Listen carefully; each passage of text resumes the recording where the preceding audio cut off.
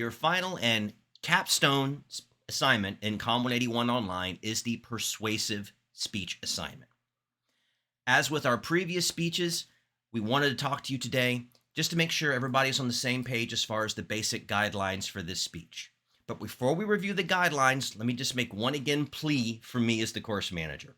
Please be sure that you do an actual persuasive speech, all right? Because just like with the informative, how we sometimes have students accidentally give persuasive speeches for the informative, don't accidentally give an informative for the persuasive, okay? Key thing to remember, make an argument. Whether that's a question of fact, value, or policy, you need to make an argument. This is not the speech for you to straddle the fence. You need to come down on one side or the other. As I typically tell my students in face-to-face, this is your chance to jump on your soapbox and holler at the moon, all right? So let's be sure you do that. And to help you with that, let's be sure we go over the basic requirements for the persuasive speech. All right, for the persuasive speech, final speech of the class. As you'll see when we go over these requirements, we take everything you've learned to this point and ratchet up the difficulty just a little bit more to get you to where we expect you to be at by the end of the course as a whole. All right, so let's go over the guidelines, basic requirements for the persuasive speech. So first of all, time. The persuasive speech should be 7 to 10 minutes in length. You should see a pattern here.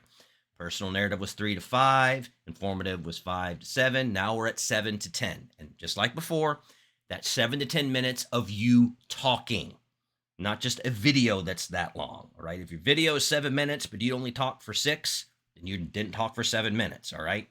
And as with the previous speeches, the same penalty requirements for going over or under the time requirement still apply here. So make sure you are within 7 to 10 minutes. Now, all the structural things that you've been graded on up to this point continue to be part of the grading metric for this speech. The 4 parts of the intro, the good body main points, the connectives, the conclusion, all that stuff still is part of the grading rubric. None of that's gone away, all right? You also on this speech, as with the informative, will be graded on delivery. So make sure you review any comments about how to improve your delivery from the last speech and try to make those changes for this one, because graded delivery is a graded component. You also will need to have sources in the persuasive speech, but again, we ratchet it up a bit. For the persuasive speech, you need to have a minimum of 4 orally cited sources. 4. Graded just like that you were last time. Did you have all the requirements in that oral citation you needed? But we're going to be listening for a minimum of 4. Again, you could have more if you'd like, but minimally you need to have 4 orally cited sources. Remember, having them on a bibliography doesn't count. You have to cite them in the speech. Now, the other new requirement, if you will, for this speech is you must use a visual aid. All right?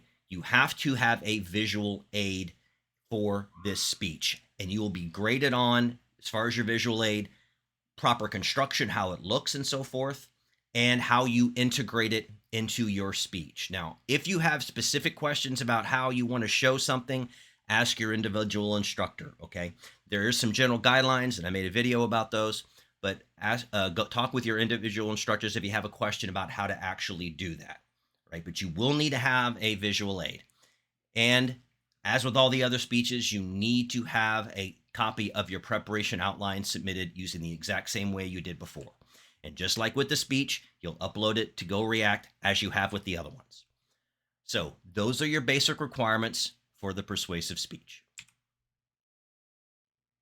So hope you understand the requirements. As always, if you have any questions, comments, or concerns about these requirements or about your topic or visual aid or anything, please reach out to your individual course instructors. I know they'll be happy to help you any way they can. But as always, best of luck in this assignment.